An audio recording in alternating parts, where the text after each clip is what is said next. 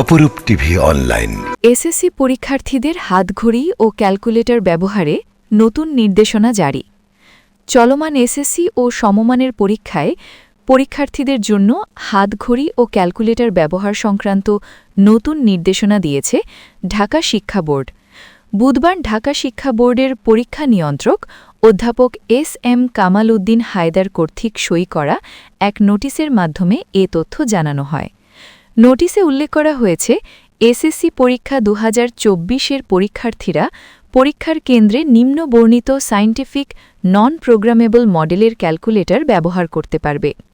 যেসব মডেলের ক্যালকুলেটর ব্যবহার করতে পারবে তাদের মধ্যে রয়েছে FX82MS, FX100MS, FX570MS, FX991MS, FX991ES, FX991ES Plus এবং FX991CW। উল্লেখিত ক্যালকুলেটর মডেলগুলোর পাশাপাশি শিক্ষার্থীরা সাধারণ ক্যালকুলেটরও ব্যবহার করতে পারবেন। আরও উল্লেখ করা হয়েছে যে পরীক্ষার্থীরা কাঁটাযুক্ত বা নন প্রোগ্রামেবল হাতঘড়ি ব্যবহার করতেও পারবেন। এতক্ষণ আপনাদের সাথে ছিলাম আমি মারিয়া আক্তার ইতি।